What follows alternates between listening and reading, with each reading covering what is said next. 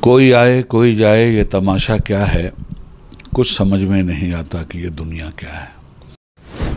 دنیا میں کچھ شخصیتیں ایسی ہوتی ہیں جو تاریخی اعتبار سے امر ہو جاتی ہیں۔ انہی شخصیتوں میں ایک شخصیت حضرت ڈاکٹر سید شاہ خسرو حسینی رحمۃ اللہ علیہ کی تھی۔ جناب علی الحسینی جیسے نوجوان فعال اور پڑھے لکھے آدمی کو تو ہر حال میں وقف بورڈ کا متولی بننا ہی چاہیے، اور جو لوگ اس سلسلے میں منتخب کرنے والے ووٹر ہیں، میں ان سے گزارش کروں گا کہ آپ خود دیکھ لیجئے کہ درگاہ بندہ نواز گیسو دراز رحمۃ اللہ تعالی علیہ پر علم اور اوقاف کے سلسلے میں جو کام ہو رہا ہے وہ ہندوستان میں ایک اپنی بے مثال نظیر رکھتا ہے۔ ہندو مسلم اس ملک کی دو آنکھیں ہیں، یہ ایک آنکھ پھوڑ کر ملک کو کانا اور اندھا بنانے کا جو کام ہو رہا ہے، دراصل اسی کی ایک علامت ہے وقف ترمیمی ایکٹ۔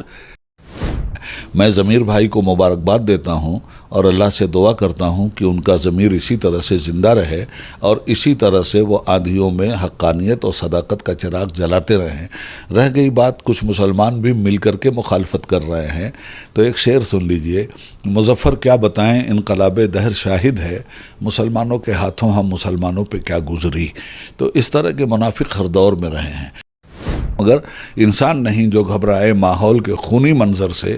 اس وقت پہ جینا لازم ہے جس وقت پہ جینا مشکل ہو۔ ضمیر بھائی کو یہ انٹرویو ضرور سنائیے گا اور میری طرف سے دعا بھی دیجیے گا، اور یہ کہیے گا کہ مضبوطی کے ساتھ آپ صبر کی چٹان پہ کھڑے ہو کر اپنی آواز کو بباغ دہل اپنی آواز کا اظہار کرتے رہیں۔ انشاءاللہ خیر ہوگی، برکت ہوگی۔ ہندوستان کے بڑے علماء اکرام میں اکابرین میں عبید اللہ خان اعظمی صاحب کا نام شمار ہوتا ہے۔ بہت ہی دینی اعتبار سے ہو یا سیاسی اعتبار سے ہر معاملے میں اپنی بات رکھتے ہیں اور کافی مضبوطی کے ساتھ بات رکھتے ہیں۔ آج وہ کرناٹک کے دورے پر، بنگلورو کے دورے پر آئے ہوئے ہیں، ان سے بات کرتے ہیں۔ بہت سارے چیزیں ہیں، ان سے بات کریں گے۔ سب سے پہلے شروع کرتے ہیں ہندوستان کی بہت ہی بڑی بارگاہ درگاہ بندہ نواز گیسو دراز کے سجادہ نشین صاحب کا انتقال ہوا۔ کل ان کی سرکاری اعزاز کے ساتھ تدفین بھی ہوئی۔ کیا کہیں گے، ایک بڑی شخصیت اس دنیا میں نہیں رہی۔ انا للہ و انا الیہ راجعون۔ اللہ تعالیٰ ان کی مغفرت فرمائے۔ کوئی آئے کوئی جائے یہ تماشا کیا ہے، کچھ سمجھ میں نہیں آتا کہ یہ دنیا کیا ہے۔ اسی طرح سے آنے اور جانے کا سلسلہ جاری ہے اور قیامت تک یہ سلسلہ جاری رہے گا۔ دنیا میں کچھ شخصیتیں ایسی ہوتی ہیں جو تاریخی اعتبار سے امر ہو جاتی ہیں۔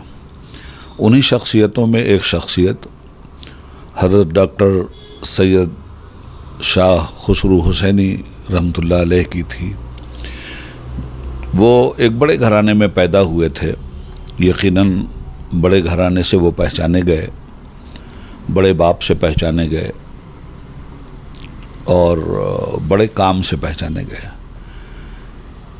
دوسری خصوصیت ان کی یہ تھی کہ صرف وہ اپنے گھرانے سے نہیں پہچانے گئے، گھرانہ بھی ان سے پہچانا گیا۔ وہ صرف اپنے علم سے نہیں پہچانے گئے، علم بھی ان سے پہچانا گیا۔ وہ صرف رفاہ عام میں خدمت خلق سے نہیں پہچانے گئے، خدمت خلق کا جذبہ بھی ان سے پہچانا گیا۔ بچتا ہے آج علم کا جو ساز دوستو، یہ بھی اسی جرس کی ہے آواز دوستو۔ میڈیکل کالج بندہ نواز کے نام پہ انجینئرنگ کالج یا ایجوکیشن کا ایک ہب گلبرگہ شریف کی سرزمین پہ جو ہمیں دکھائی دیتا ہے، یہ دراصل خسرو صاحب اور ان کے آباء و اجداد کا مرہون منت ہے۔ اور یہ تمام خدمات کر کے جو لوگ دنیا سے چلے جاتے ہیں وہ مرا نہیں کرتے، ان کا کام ان کو زندہ رکھتا ہے۔ میری دعا ہے کہ پروردگار عالم انہیں کروٹ کروٹ جنت نصیب فرمائے، اور ان کے وارثین اور لاحقین کے ساتھ میں آپ کے توسط سے اظہار تعزیت کرتا ہوں اور اللہ سے دعا کرتا ہوں کہ ان کے فرزند ارجمند کو صحیح معنوں میں ان کا جانشین بنائے، اور جو کام تسلسل کے ساتھ علمی وقار کو مد نظر رکھتے ہوئے ہو رہا ہے، اس کام میں اللہ رب العالمین برکت عطا فرمائے۔ بالکل ان کے جو فرزند ہیں علی الحسینی، سید شاہ علی الحسینی علی بابا، ان کا جب کہ ہم اب بات کر رہے ہیں اس وقت جو ہے ان کی جو گدی نشینی کا جو پروگرام ہوتا ہے روایتی انداز میں وہ ہو رہا ہے، اگلے سجادہ جو ہے وہ بننے والے ہیں، اور ساتھ ہی ان دنوں جو کرناٹک میں وفد کے الیکشن ہو رہے ہیں اس کے وہ امیدوار بھی ہیں متولی کوٹے میں، کیا کہیں گے؟ دیکھیے، وقف بورڈ کے متولی کوٹے کا جہاں تک سوال ہے، ایسا آدمی تو سر فہرست آنا چاہیے جو قوم کی خدمت کے نام پر کرناٹکا میں ایک نمایاں مقام رکھتا ہے۔ میں تو بابا نے حل و عقد سے کہوں گا کہ آپ متولیان کا جب انتخاب کریں تو ایسی شخصیات کا انتخاب ضرور کریں جن کے پشت پر ایک علمی ورثہ اور اس کی حفاظت کا جذبہ موجود ہے۔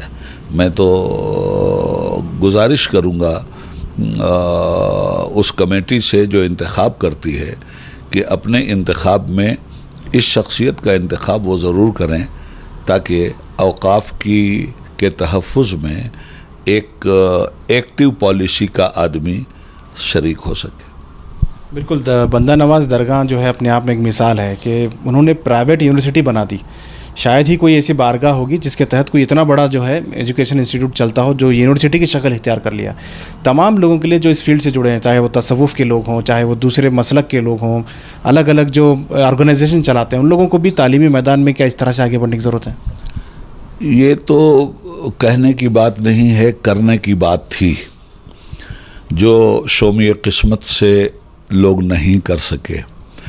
اجمیر معلیٰ میں سرکار سلطان الہند غریب نواز رحمۃ اللہ تعالی علیہ کے ہاں اتنی کثیر رقم آتی ہے کہ ہر سال ان کے نام پر ایک یونیورسٹی ملک کے مختلف حصے میں بن سکتی تھی، اور یہ چادر گاگر کے مقابلے میں ان کی بارگاہ میں بہت بھرپور نذرانہ عقیدت پیش کرنے کی سچی تصویر سامنے آتی۔ اسی طرح سے درگاہ شریف کچھوچھا شریف ہے، اور ملک میں مختلف درگاہیں ہیں جن کے پاس کروڑوں کا بجٹ ہے، جن کے ہاں کروڑوں کی آمدنی ہے۔ میری سمجھ میں بات نہیں آ رہی ہے کہ وہ خانقاہیں جو تعلیم اور تربیت کا مرکز ہوا کرتی تھیں، آج وہ خانقاہیں خام خواہیں کیوں بن گئی ہیں، یہ میری سمجھ میں بات نہیں آ رہی۔ میں ہر خانقاہ کو یہ نہیں کہتا، مگر جو خانقاہ علم اور عمل، تعلیم اور تربیت کا تصور اپنے پاس نہ رکھتی ہو، اسے خانقاہ کہنا میں سمجھتا ہوں شرمندگی کا باعث ہوگا، اور خام خواہ کہنا کوئی بیجا بات بھی نہیں ہوگی۔ بالکل، ابھی چونکہ حالیہ دنوں میں آپ نے دیکھا ہوگا کہ کس طرح سے وقف امینڈمنٹ کو لے کے ایک ہنگامہ چلا ہوا ہے، اس سے بھی لوگ کافی پریشان بھی ہیں اور بہت ساری چیزوں کو لے کے سمجھ نہیں پا رہے ہیں کہ آخر ہو کیا رہا ہے۔ وقف امینڈمنٹ کو لے کے کیا کہیں گے آپ؟ یہ تو دراصل 2014 سے جب سے یہ فرقہ پرست گورنمنٹ آئی ہے، اس کا 1 پوائنٹ پروگرام ہے کہ مسلمانوں کو ہر اعتبار سے ہر محاذ پر ذبح کر دیا جائے اور مسلمانوں کی آئیڈینٹی مسلمانوں سے چھین لی جائے، چاہے مسلمانوں کی ثقافت کا مسئلہ ہو، یا تعلیم کا مسئلہ ہو، یا وقف کا مسئلہ ہو، یا مسلمانوں کے حقوق کا مسئلہ ہو۔ آپ ہر جگہ دیکھ رہے ہیں کہ دستور کی پامالی کرتے ہوئے مسلمانوں کے ساتھ کوئی ایسا ظلم نہیں ہے جو روا نہیں رکھا گیا۔ اسی ظلم کا ایک شاخسانہ یہ وقف ترمیمی ایکٹ بھی ہے۔ میں سمجھتا ہوں کہ اسے مکمل طور پر مسترد ہونا چاہیے، اور یہ بل سوائے اس کے کہ ووٹ بینک کی پالیسی کو برقرار رکھتے ہوئے اور یہ تأثر دیا جائے کہ ہم مسلمانوں کو کوئی محاذ ایسا نہیں ہے جس محاذ پہ پریشان نہیں کر رہے ہیں، اور اندھ بھکتوں کو ووٹ کے دائرے میں مضبوطی کے ساتھ باندھ کر رکھا جائے۔ ملک میں تجارت کا مسئلہ ہے جو فلاپ ہو رہی ہے، معیشت کا مسئلہ ہے جو فلاپ ہو رہی ہے، اور صحیح معنوں میں